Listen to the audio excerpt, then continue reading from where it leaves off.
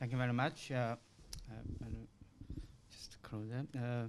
So we are very pleased and also very thankful for ODI for organizing this event.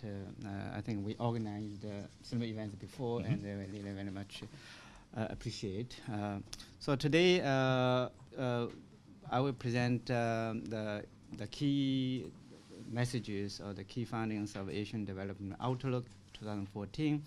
The report was launched in Hong Kong the 1st of April, and so we are doing this roadshow in various parts of the region and as outside the region. So, okay, let me just quickly go to the story. You need to point there. Okay. Yep. Yeah. So here is some key messages. Let me just go through that. We expected the developing Asia to grow at 6.2% this year and 6.4% the next year. So last year it was 6.1%. Now, regional steady growth is to be supported by improved outlook of advanced countries, namely the US, the Eurozone, and also somewhat in Japan. But will be offset somewhat by the growth moderation in China. And we see the region's risks receded somewhat compared to last year, but still there are a number of few areas for careful watching. And then this year we're looking at this issue of rising inequality and the role of the fiscal policy in tackling that. Okay, so let me go to the economic outlook part. Basically, key message is that developing Asia has responded to the changing global environment quite well. That start from the US announced the intention to tip the QE on unconventional monetary policy the May last year, and of course there we have volatilities, financial volatility experience in some parts of the region, but overall Asia has responded well, and last year the growth reached 6.1%. And then this year, as I said,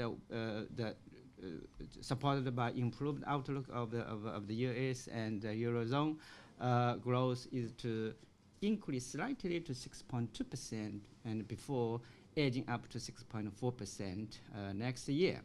Because we know that China's growth is slowing down, so that will offset somewhat by the improved outlook of the advanced countries. But even with this 6.2%, 6.4% lower compared to previous few years, 7%, 8% lower, but still developing Asia, the largest contributor to global growth, and actually is the fastest growing region in the world. Now, the growth momentum in advanced country, now we see a continued improvement. Of course, the combined GDP of G3, the US and Eurozone, Japan, growth rate, the prediction is this 1.9%, so almost double the rate last year. Last year it was 1%, so this year will be 1.9%, and next year we'll further strengthen 2.2%. So of course in the US, the government or the Fed already started phasing out the unconventional monetary policy, and but recent economic data show continued improvement in outlook. Eurozone will get out of recession this year, but of course we noticed some economic indicators remain weak, unemployment rate, public debt, credit growth, as well as deflationary pressure. Japan last year managed to grow at 1.5%. So this year we see growth taper down a bit to 1.3%. Also next year. Now, the issue, of course, the government is to already hiked VAT from the 1st of April. So what it will be the impact? But our projection already factored in that impact, and the government, because the government has introduced fiscal stimulus, so we think that will offset largely the VAT hike impact will be largely offset by the fiscal policy, the fiscal stimulus. Now, the regional, in developing Asia, sub-region growth, of course, differ from one to another. South Asia growth is to pick up this year because of recovery in India, we anticipate. Southeast Asia growth this year will remain steady as similar as last year before picking up next year. The Central Asia and the East Asia growth will be maintained at a steady level and actually the same as last year and also next year. But of course in China, in East Asia, China's growth slowdown being observed, and but the other economies this year's growth will pick up. Hong Kong, China, and Korea, and Chinese Taipei. So will be offset. Now in Pacific, growth is to pick up this year, next year, because of the expand the export and production of natural gas in PNG. PNG is the largest economy in Pacific. Now, a bit more on China's growth modulation. So last year, China growth is 7.7%, and our prediction for this year is 7.5%, and next year 7.4%. As the country continues to move towards a more balanced growth model, and of course, growth modulation reflects a number of factors. The government is trying to control growth of credit growth because of the risk in the sense of asset quality and associated, for instance, with shadow banking and local government debt, and also try to reduce overcapacity. So, of course, these measures will slow down China's growth in short term somewhat, but in the long term, medium term, will make growth more sustainable. But even that, 7.5%, 7.4% remain healthy and robust. Of course, we know the country become more high income increase and growth is going to slow down. And of course, the Chinese government announced a serious reform measures plan last year in the Senate plenary, and this year in the National People's Congress. So that we believe that will support China's growth. India last year experienced quite a bit of financial volatility in terms of exchange rate and pressure and stock markets. The government took actions. Now the situation improved, stabilized. So now our prediction is that India will grow 5.5% this year from 4.9% last year. So next year will be 6%. And of course, assume the India will implement the needed reform. That basically include mainly to address constraints of growth in the area of infrastructure bottlenecks and regulatory barriers. But even with a picked up growth rate, India will continue to underperform its growth potential. So it's important to policy reform to address this constraint to growth in order to achieve high growth and growth potential. Southeast Asia will very much benefit from improved outlook of advanced countries, but there are individual country-specific factors shape the growth. In Indonesia, for instance, similar to India, last year experienced large volatility because of high inflation, because of the current account deficit. So now situation, of course, stabilized, but government needs to continue to work and to reduce the vulnerability. And our growth projection this year will be stable before picking up next year. Malaysia very much benefit from improved outlook, increased export demand. Then, of course, the government is trying to reduce fiscal deficit, so that will offset somewhat the benefit from improved outlook, external demand. Philippines last year growth very strong, 7.2%. Now this year we expect the growth taper off somewhat before picking up next year. And Philippines, of course, now is Yolanda, the typhoon devastating effect, and the government is working on the reconstruction. But we think the impact of reconstruction on growth will come through start from second half of this year. Thailand, we all know there's political instability, has brought damage to the growth, and so this year will be flat, 2.9%, same as last year, before picking up 4.5% if political situation improves. So basically, these are the sub-regional outlook. Now, on the inflation side, so we think the global commodity prices will remain soft. Food price will remain soft this year after declining on average by 7% last year. And oil price will remain elevated, but will remain stable. So this soft global commodity prices will basically keep inflation in the region in check. So inflation is predicted to slightly pick up from 3.4 to 3.6% and 3.7% next year. Of course, some countries are taking advantage of soft oil price to reduce fuel subsidies, for instance, in the case of Indonesia. So that will push up inflation a little bit, but overall will remain in check. Current account deficit has been declining in the last several years. Now hover around 2% of GDP. So this is driven largely by China's the decline in current account surplus as percent of GDP. So as China is continue to move towards more reliance on domestic demand. So basically, what we say is that rebalancing is taking place now, is happening.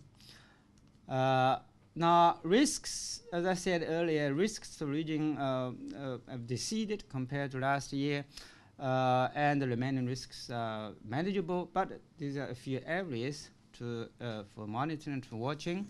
First is that although the market already factored in gradual pace of tapering in the U.S., but further volatility and shocks cannot be ruled out associated with the shift in the U.S. monetary policy. Secondly is a slower than or weaker than expected recovery in developed countries, especially in Eurozone because of the weak indicators I mentioned. And then the third is slower than expected growth in China as the government tries to balance in the sense of to control credit, to reduce risks. On the other hand, to make sure that growth will not slow too far. Yeah. Of course, we noted that last 2 days ago, the government announced a few measures to support growth in terms, we call it the mini fiscal stimulus. I think that this is a timely kind of the actions. Now this chart shows basically last year when after QE tapering was signaled the financial volatility in emerging markets. So what we found is the country with weaker economic fundamentals. If you look at inflation rate, current account deficit, or fiscal deficit, if you have a weaker fundamentals, tend to have a larger volatility or larger shocks. For this chart shows basically Indonesia and India, because it has a large current account deficit, so its currency depreciation far greater than other 4 countries where also, although currency were also under pressure, but because they have a current account surplus, so the extent of depreciation much smaller. But of course, we also found that the countries during the QE tapering down a lot of capital inflows.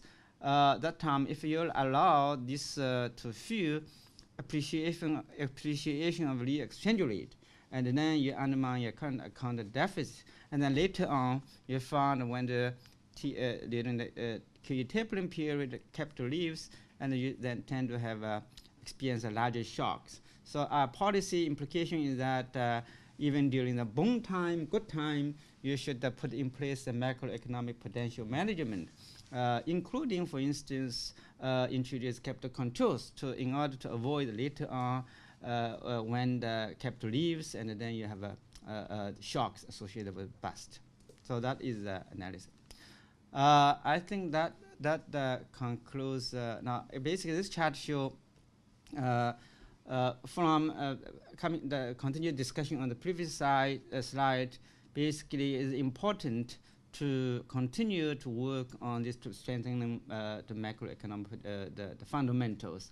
This table shows that a few countries, for instance, India and Indonesia, although the government has made effort to reduce to improve the situation, but for instance, inflation rate is still high. In Indonesia, credit growth is very rapid. Also, in the case of Philippines, credit growth is very fast. So that needs to be watched. Now, let me now turn to next part on the, I have a few slides on poverty situation, on poverty and inequality before I turn to the role of fiscal policy. So this chart shows that in the last 20 or 30, I think the data is from the last 20 years. Actually, I maybe use that. Last 20 years, Asia grows about 7%. On average, developing age 7% on average growth, and poverty reduction is about, during 20 years time, about 32 percentage points cumulative. So the very significant, very good performance compared to other regions. Latin American, for instance, growth is less than 4% annual growth, and in total poverty reduction is less than 10 percentage points. So Asia has done well in high growth and in reducing poverty, but this has been accompanied by a rising inequality. So here, this chart shows that we looked at about 29 or 28 countries. We have data about 12 countries experienced rising inequality, including most populous countries China, India, and Indonesia.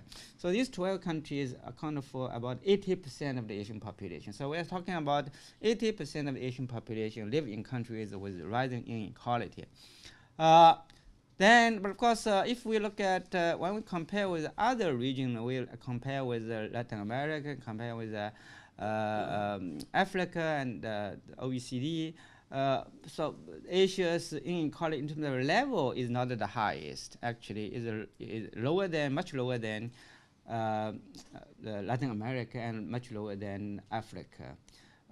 So this is we presented the median, the Gini coefficient, and maximum and minimum and maximum.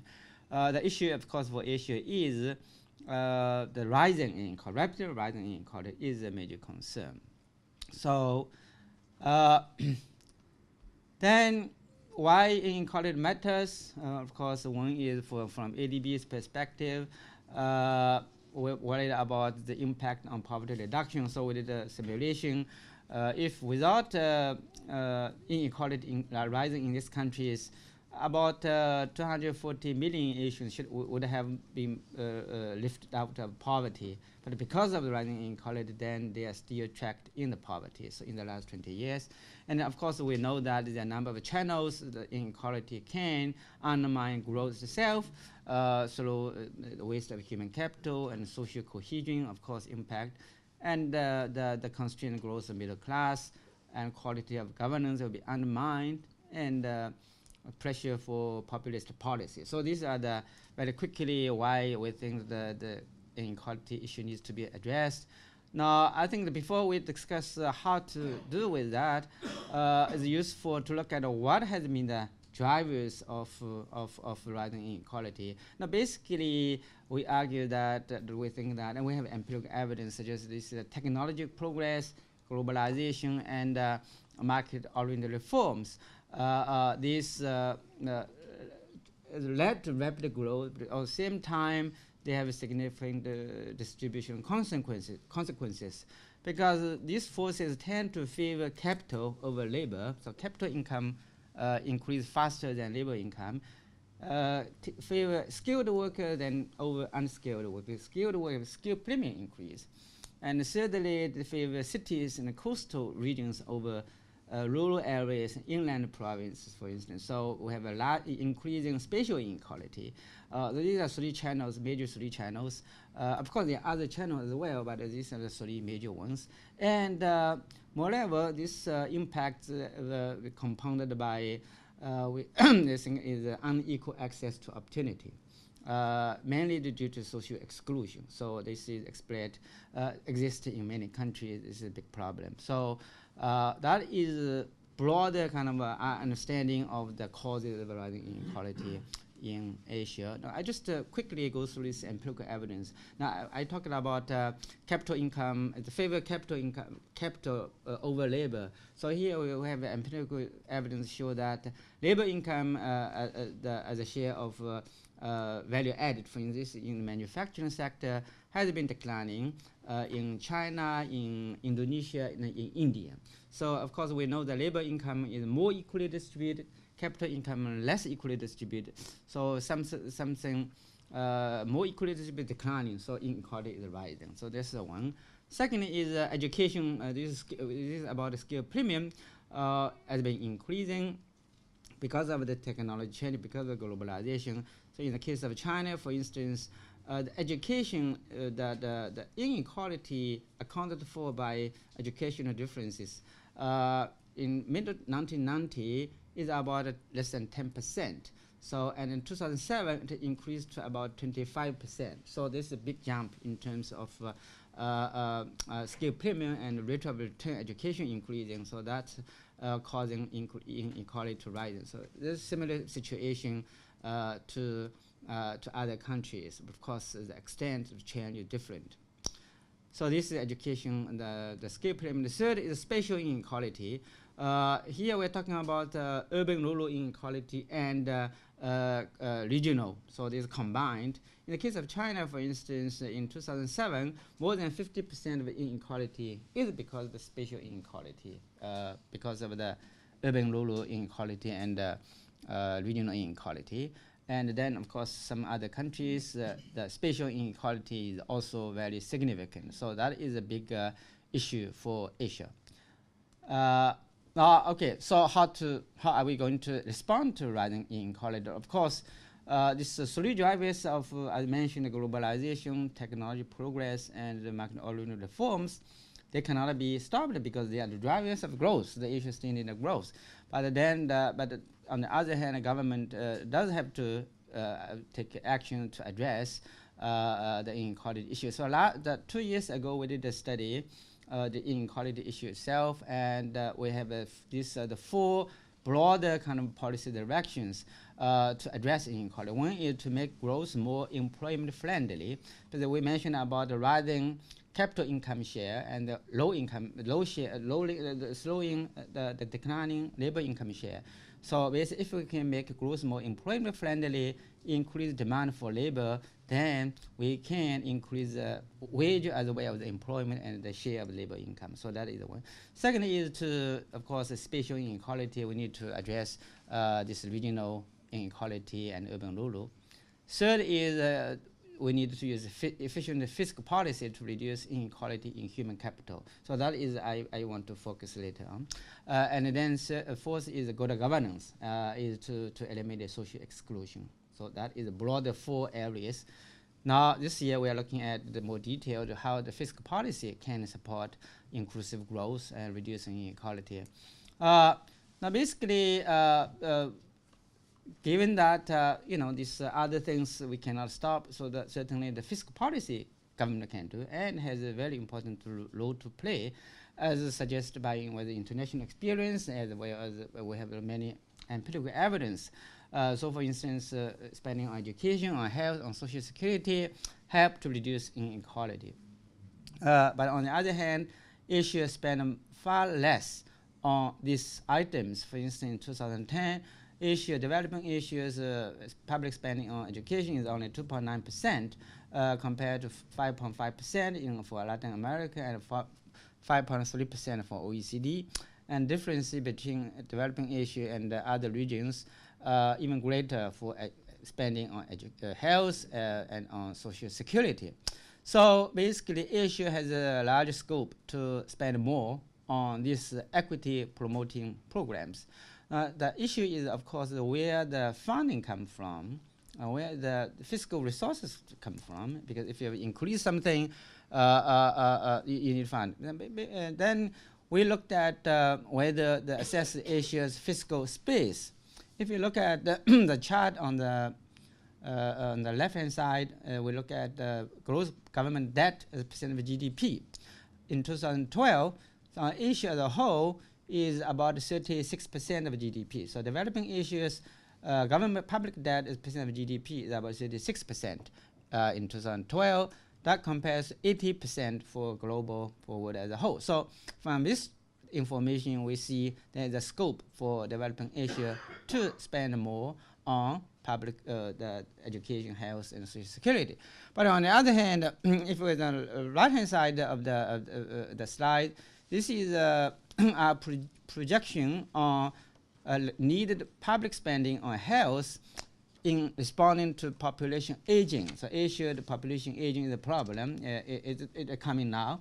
So if we consider that, actually the picture, fiscal picture for developing Asia is not that rosy. For instance, in 2010, Asia public spending on health is 2.4% of GDP. That could increase to more than 7% by 2050 because of the population aging. And for East Asia, that increase is even more dramatic because of the population aging in China, in Korea, in these two economies. So from that perspective, fiscal situation is not that rosy. And then how we do? So basically, if we want more spending, same time to ensure fiscal sustainability, the only thing Asia has to do is to strengthen the revenue side, to broaden revenue base. So on that front, developing Asia's total tax revenue as a percent of GDP is about 20% in 2010. That compared to 25% of Latin America and 28 or 29% for OECD. So there's a larger scope for developing Asia to increase revenue base, and developing Asia collect far less revenue from personal income tax, from property tax, and from social security contribution. So these are the sources.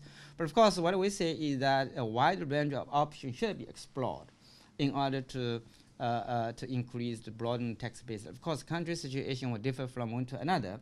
So overall, we think there's scope to broaden base for personal income tax and for VAT. In countries that don't have a VAT, that should be introduced. But not to increase tax rate. For instance, in the case of personal income tax, not to increase tax rate, but to broaden the base by reducing or eliminating exemptions and deductibles, tax incentives. So that's the one. The second is to make great use of green tax, these so-called collective taxes, green tax and the sin tax, and the tax on cigarettes and alcohol, and also make great use of non-tax revenues, for instance, fees and user charges. So that is still low in Asia compared to other regions. Third is to introduce taxes on property, capital gains, and inheritance. So these taxes are naturally progressive, especially the property tax, of course, is important source of local government finance, and inheritance tax in Asia is not common. Only 4 countries now have inheritance tax. So this is the great mileage to there. And finally, it's important that to improve collection and tax administration, to improve efficiency and enforcement. So that can be done by introducing great use of ICT, better data system, and record. So these are the 4 broader kind of options government can explore in order to strengthen and expand the revenue base. I think there's another seed. Actually, yeah, okay. The question is, in practice, how you do that. So we have options in practice, how to put it into this practice. So we argue that that can be done within a kind of framework, a medium-term fiscal framework, to explicitly build the equity consolidation into fiscal policy by have identified a program in a long-term, medium-term basis, and find how to finance that. I think medium-term fiscal framework is quite common in OECD countries, but not as yet in developing countries. So this is that is something Latin American countries also being widely used now. So, and then of course for that we need good, better fiscal data for policy-based, evidence-based policy making. So here is the repeat of the key messages. So I think I will not repeat again. All Thank you very much. Well, thank you very much indeed for this quick run through the main results of the Asian Development Outlook 2014. And so there are these two big issues. On one hand, this outlook that we may want to be interested in discussing, and then you had a number of slides on the unpacking of the sort of the fiscal policy challenge or inequality challenge. So some interesting discussion on the increase, the slight uptick in growth in developing Asia from 6.1 to 6.2, so very slight. Yes. But there's some interesting underlying issues about, well, China is slowing down a little bit. How sure are we on this? We can discuss that in more detail. On the other hand, you mentioned sort of the reaction to the discussions on QE tapering and sort of the fragile countries, Indonesia, India. At least they were fragile, but when I look at your forecast, they are shown to increase growth. So maybe not part of the fragile 5 anymore. No, so we want to think about that in more detail. There's some other issues as well related to the macroeconomic forecast.